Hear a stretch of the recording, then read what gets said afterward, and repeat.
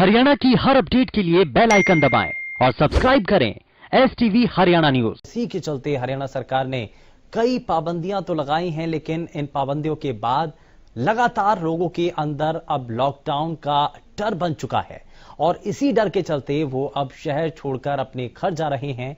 इनमें से ज्यादातर यूपी के सुदूर इलाकों या बिहार के प्रवासी नागरिक या मजदूर हैं और सभी के मन में एक ही डर है कि नाइट कर्फ्यू के बाद कहीं फिर से लॉकडाउन ना लग जाए।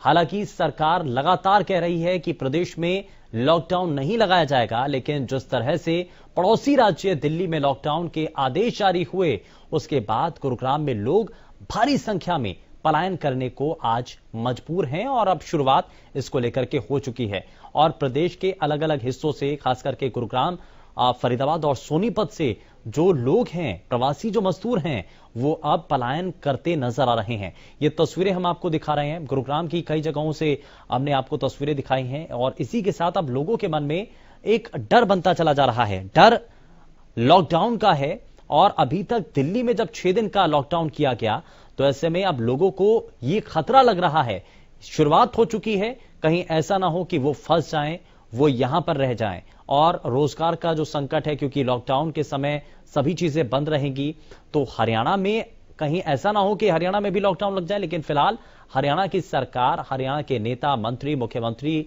स्वास्थ्य मंत्री, गृह मंत्री सभी इस बात को आश्वस्त कर रहे हैं कि लॉकडाउन फिलहाल नहीं लगाया जाएगा। ज्वाला प्रसाद इस बीच हमारे साथ कॉलर कार्यक्रम में जुड़ चुके हैं। बहुत स्वागत है ज्वाला प्रसाद जी, बताइए क्या कहना चाहते हैं आज के विषय पर। और आप कोरोना का जो संक्रमण है, लॉकडाउन का डर लोगों के मन में बन चुका है, दिल्ली में लग चुका है, लेकिन अब इसी डर के कारण मजदूर घर अपने वापस जा रहे हैं। बहुत बहुत साधुवाद जी आपको और आपकी संपूर्ण हरियाणा न्यूज टीम को हमारी नागा बाबा पूर्णानंद मंगलानंद सेवा समिति नंदगांव की तरफ से और साथ में नवरात्र की भी माता की बधाई होगी। बहुत शुक्रिया सर, बताइए। हम ये कहना चाह रहे हैं कि हमारी समिति की तरफ से कि लोगों को तो 50% लोग ऐसे हैं कि कोरोना का मतलब ही नहीं पता कि क्या है या क्या बीमारी है, इससे क्या हानियां होती हैं, लॉस क्या होगा शरीर के अंदर, पता ही नहीं, जागरूक ही नहीं है। इतनी मतलब अशिक्षित लोग हैं, अनपढ़ हैं, जागरूकता की, हमारे समाज की भी जागरूकता की कमी है, हमारा समाज भी जागरूक नहीं कर रहा। अकेले देखो, हम तो ये कहेंगे हमारी समिति की तरफ से सीएम साहब और प्रशासनिक का ही कर्तव्य नहीं बनता, ये साथ में जनता का भी नैतिक दायित्व बनता है।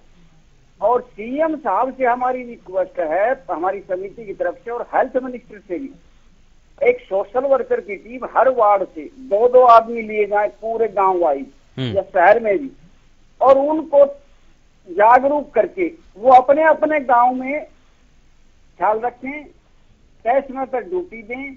अगर कोई लापरवाही बरतती है किसी प्रकार की तो प्रशासनिक भी समय समय पर जांच कराए और लापरवाही पाई जाती है तो उनके ऊपर फाइन भी लगाया जाए। अब अधिकतर देखा जाता है कि सीसीटीवी कैमरे ही नहीं, जहां तक वो भीड़ इतनी हो जाती है कि एकदम रोक पाना मुश्किल है। और कुछ 50% कुछ लोग तो ऐसे होते हैं जिनको कोई काम ही नहीं होता, खाली घूमने का, इधर से उधर वहां। तो सरकार का भी नैतिक दायित्व बनता है, जब तक ये कोरोना की जो सीरियस मरीज जो है जो बढ़ रहे हैं, कंट्रोल में स्थिति सिचुएशन नहीं आ जाए, हेल्थ डिपार्टमेंट और पुलिस प्रशासन को भी एक स्ट्रिक्टली एक कड़ा कदम उठाना चाहिए। और हमारे बाबा मंगलाम जी कहा करते थे, 2 चीजों को कभी नाराज मत करिए, एक डॉक्टर और दूसरा भगवान। अगर डॉक्टर को नाराज कर दोगे तो वो भगवान के पास भेज देगा, और अगर भगवान को नाराज कर दोगे तो वो तुम्हें डॉक्टर के पास भेज देगा। और बाबा मंगलाम जी ये भी कहा करते थे, संत और पुलिस दोनों ही समाज सुधार का कार्य करते हैं। फर्क केवल इतना है कि संत जो हमें संकेत की भाषा में समझाते हैं और पुलिस वाले बैच की भाषा में। तो दरअसल जो संघ के संकेत तो नहीं समझते हैं, उन्हें ही पुलिस के बैच की जरूरत पड़ती है। तो हमारा ये रिक्वेस्ट है समिति की तरफ से, एक समाज को भी अपना नैतिक जो ड्यूटी होती है एक सामाजिक, वो निभाना चाहिए। एक यूथ है, यूथ इतनी बेरोजगारी है, कम से कम ये 5-5 नंबर पर वैकेंसियों में ये भर्ती होती है, जब वैसे देते हैं, एक सोशल काम के लिए 5 नंबर स्पेशल अलॉट कर दिए जाए, और यूथ की अगर भूमिका ठीक है तो 5 नंबर हम उसको जहां भी भर्ती देखेगा उसको 5 नंबर प्रोवाइड किए जाए, ताकि उसको एक बिल्कुल ये कुछ चीजें ऐसी हैं जिसको पूरे सिस्टम के अंदर सुधार लाने की बहुत हद तक जरूरत है। बहुत शुक्रिया ज्वाला प्रसाद जी, आप जुड़े हमारे साथ, आपने अपनी बातें रखी हैं। तो यहां बढ़ते संक्रमण को लेकर के एक जो संकट आज बन रहा है, तो उसका प्रभाव भी है, उसका असर क्या देखने को मिल रहा है। सड़कों पर हम देख रहे हैं कि लोग बड़ी मात्रा में, बड़ी संख्या में अब एक जगह से दूसरी जगह जाने के लिए अब कोशिश कर रहे हैं, और कोशिश यही है कि बस कैसे भी अपने घर वापस पहुंच जाएं, अपने गांव वापस लौट जाएं। लेकिन इस दौरान अगर संक्रमण बढ़ता है, इस दौरान अगर कोई भी कोरोना संक्रमित उनसे मिलता है या उसके संपर्क में वो आ जाते हैं, तो उनको भी ये खतरा बढ़ सकता है। लेकिन अब ऐसे में हरियाणा के अंदर फिलहाल तो स्थिति सामान्य है, लॉकडाउन न लगाने के लिए सरकार ने भरोसा दिया है।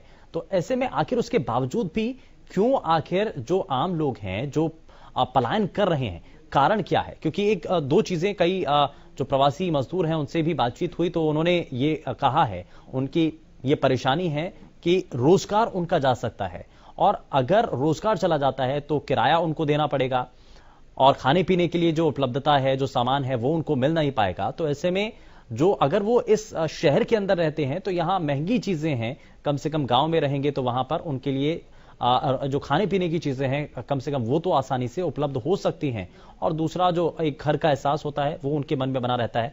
तो ये कुछ ऐसी चीजें हैं जो कि इस भाव के साथ वो अपने वापस से घर जाना चाहते हैं। लेकिन बड़ा सवाल यही है कि अभी ऐसे हालात क्या बन चुके हैं।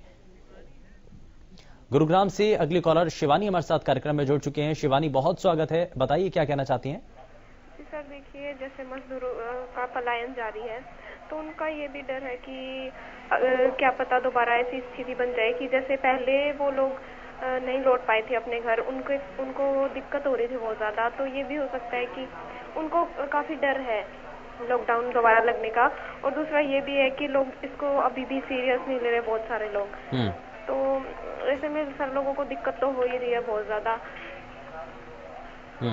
बिल्कुल परेशानी तो हो ही रही है, लेकिन इस बढ़ती परेशानी के दौरान आपको सतर्कता के साथ सावधानी भरे कदम उठाने बहुत हद तक जरूरी हैं, और इसीलिए आप इस मंच के साथ जुड़ करके अपनी बातों को रख सकते हैं, और साथ ही साथ हरियाणा की आवाज में आप भी अपनी बातों को साझा कर सकते हैं। टीवी स्क्रीन पर लगातार नंबर फ्लैश हो रहे हैं जिनके जरिए आप सीधे हमारे इस मंच के साथ जुड़ पाएंगे।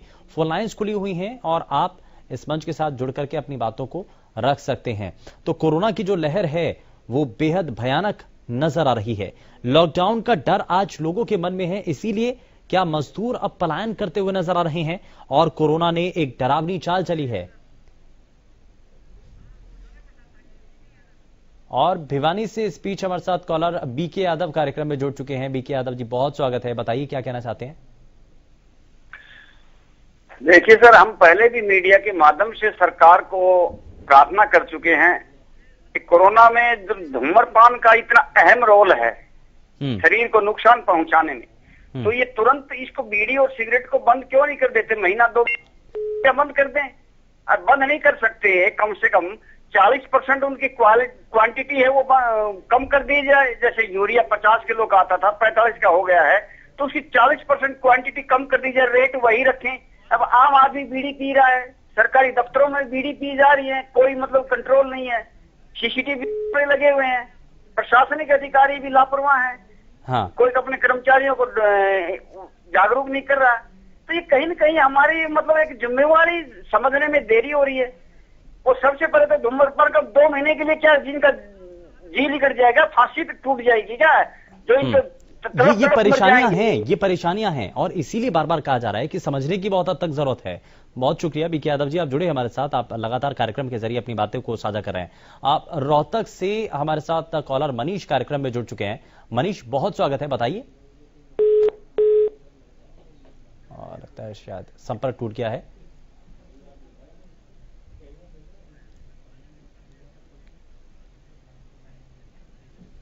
तो कोरोना की दूसरी लहर के कारण देश में हालात आज बद से बदतर नजर आ रहे हैं, जिसके चलते हरियाणा सरकार ने कई पाबंदियां तो लगाई हैं, लेकिन इन पाबंदियों के बाद लगातार लोगों के अंदर अब लॉकडाउन लगने का एक डर बना हुआ है और इसी डर के चलते वो अब शहर छोड़कर अपने घर जा रहे हैं। इनमें से ज्यादातर यूपी के सुदूर इलाकों या बिहार के प्रवासी नागरिक या मजदूर हैं और सभी के मन में एक ही डर है कि नाइट कर्फ्यू के बाद कहीं फिर से लॉकडाउन ना लग जाए। हालांकि सरकार लगातार कह रही है कि प्रदेश में लॉकडाउन नहीं लगाया जाएगा, लेकिन जिस तरह से पड़ोसी राज्य दिल्ली में लॉकडाउन के आदेश जारी किए हैं, उसके बाद गुरुग्राम में लोग भारी संख्या में पलायन करने लगे हैं। इसका एक कारण यह भी है कि बहुत से ऐसे लोग हैं जो कि दिल्ली अब हरियाणा की सीमा पर रहते हैं और काम वो दिल्ली में करते हैं, वहां पर कंस्ट्रक्शन साइट्स में काम करते हैं और कोई दूसरे कामों में भी रहते हैं। तो अब ऐसे में दिल्ली में लॉकडाउन लग चुका है फिलहाल 6 दिन का, लेकिन लोगों को यह डर है कि रोजगार तो अब जा चुका है, यानी कि काम तो बंद हो चुका है और आगे अगर ये लॉकडाउन की अवधि बढ़ा दी जाती है तो उनके लिए ज्यादा मुश्किल हो जाएगा। वहीं दूसरा डर यह भी है कि अभी फिलहाल हरियाणा के अंदर तो लॉकडाउन नहीं लगाया है, सख्ती नहीं की गई है, लेकिन अगर ऐसा हो जाता है तो उनके लिए ज्यादा मुश्किल हो सकती है वापस अपने घर जाने के लिए। तो फरीदाबाद से हमारे साथ अगले कॉलर राम कार्यक्रम में जुड़ चुके हैं। राम, बहुत स्वागत है, बताइए।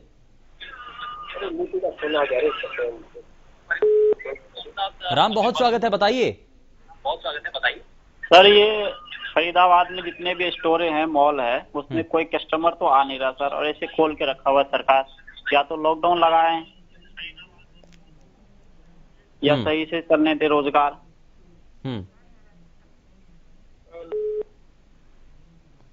ठीक है, बहुत शुक्रिया राम, आप जुड़े हमारे साथ। तो ये लोगों का मानना है कि अब आवाजाही तो बंद हो चुकी है, तो ऐसे में जो चीजें हैं वो नहीं चल पा रही हैं और बहुत से ऐसे इलाके हैं, खास करके चाहे गुरुग्राम हो, चाहे फरीदाबाद हो, सोनीपत हो, यहां पर दिल्ली से आवाजाही बहुत हद तक होती है। तो इसलिए जो चीजें हैं, जो जितने भी व्यवसाय हैं, वो बहुत हद तक दिल्ली से भी प्रभावित होते हैं।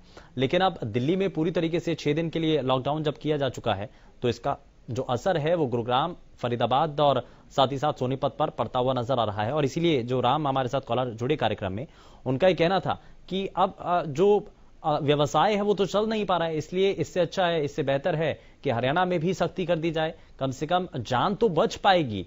तो ये उनका मानना है। लेकिन आपका इस पर मानना क्या है?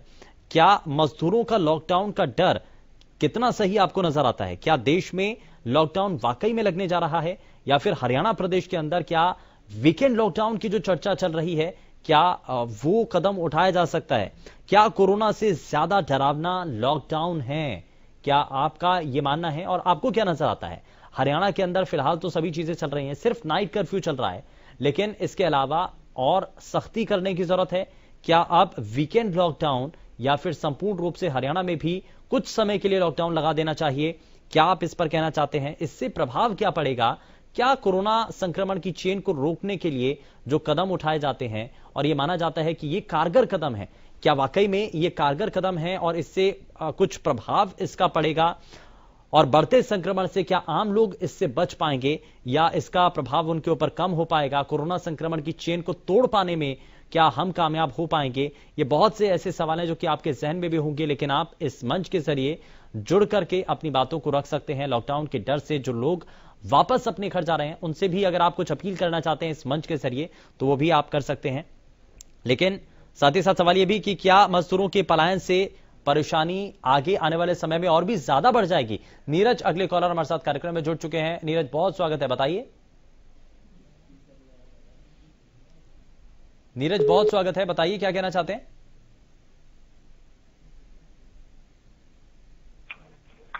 नीरज, बहुत स्वागत है, बताइए। हाँ जी सर, बताइए नीरज, क्या कहना चाहते हैं? मैं बिल्कुल सर यही कहना चाहता हूँ। देखो, लॉकडाउन लग जाएगा तो देश हमारा बच जाएगा, और जैसे गुजरे थे जिस स्थिति से, उस स्थिति से हमारा देश इस बार नहीं गुजरना चाहिए। बिल्कुल कंट्रोल हो सकता है, टोटली लॉकडाउन हो जाएगा तो हमारा देश भी बच जाएगा। और लॉकडाउन लगाओ और देश बचाओ, यही नारा होना चाहिए अब की बार। और जितना जल्दी हम इसको कंट्रोल कर सकते हैं, उतना ही जल्दी हमारे देश को बेनिफिट मिलेगा इस चीज का। वैक्सीन आई है, लेकिन वैक्सीन अभी प्रॉपर जो है इलाज हो नहीं रहा उस वैक्सीन से भी। वैक्सीन लग रही है, लोग बीमार पड़ रहे हैं उसी वैक्सीन लगने के बाद, फिर 28 दिन के बाद दूसरी वैक्सीन लग रही है, लेकिन प्रॉपर जो है वो एक ट्रीटमेंट मिल नहीं रहा किसी को भी। तो यही है, बस लॉकडाउन लग जाए तो ठीक हो जाएगा सब कुछ। कुछ टाइम के लिए लॉकडाउन लगेगा तो सब ठीक होगा। ठीक है, बस यही मेरी राय है। ठीक है, बहुत शुक्रिया नीरज, आप जुड़े हमारे साथ। आपने कहा है कि लॉकडाउन फिलहाल कुछ समय के लिए लगा देना चाहिए, क्योंकि आज परिस्थितियां कुछ ऐसी ही बनती नजर आ रही हैं और इसलिए आगे ज्यादा स्थिति खराब ना हो, इसीलिए आज पहले से ही कोई ऐसे कदम उठा लेने चाहिए ताकि लोगों को बढ़ते संक्रमण के इस जाल से बचाया जा सके। तो इस पूरे कार्यक्रम के दौरान आप सभी ने अपनी बातों को रखा है, अपनी बातें साझा की हैं, बहुत सारी जानकारी, बहुत सारे सुझाव आप सभी के द्वारा इस दौरान मिले हैं और बेहद महत्वपूर्ण और बहुत खास इस